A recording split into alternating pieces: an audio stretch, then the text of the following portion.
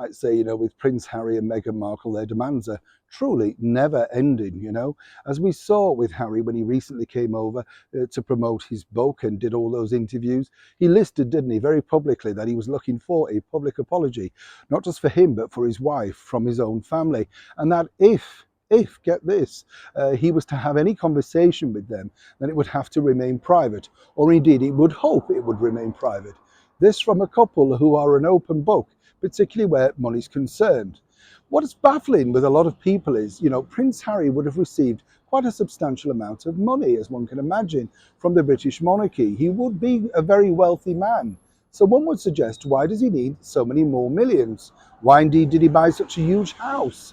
The security that he allegedly needs are all brought on by many of his own problems, as you can imagine. Of course, it's all forgiven because he's graciously decided to honour the United Kingdom with his presence at the coronation of his father, King Charles III, on May the 6th. And you would have thought that this would have put simply an end to it. As we know, there were certain demands, all that sort of stuff, which allegedly basically were not really suitable for the Duchess of Sussex herself, Meghan.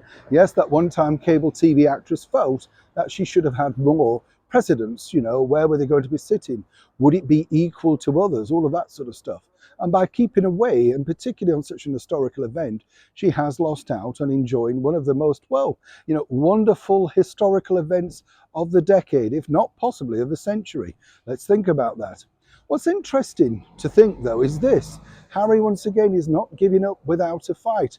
According to a very good source, now Harry's very concerned about what he will be allowed to wear on Coronation Day. Now, according to that source, Harry would very much like to be back in his military uniform. We saw that that wasn't possible during the lifetime of our late and beautiful monarch, Queen Elizabeth II. She was very much a stipulator of rules and regulations. But you see, Harry wouldn't mind being seen back in his uniform for two reasons, according to that source.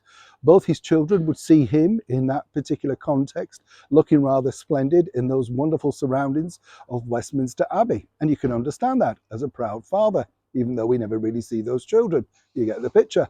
And the other side, of course, is this. It puts him back in an elevated position. If he's simply in a lounge suit with just his medals or whatever he does like to wear, then it doesn't really have the same impact. And while his rest of the family will look resplendent in all of their military attire and regalia surrounding, of course, the wonderful coronation, it does really highlight the fact just how far Prince Harry has fallen in the Richter scale of popularity. Now, the bottom line is, as ever, this is down to the King, King Charles. Will he relent and let his youngest son once again have his own way? One person in particular who is not as forgiving in private as one can imagine would be Camilla. Of course, she wants to keep the king happy and doesn't get involved in much of the debate. But the bottom line is this.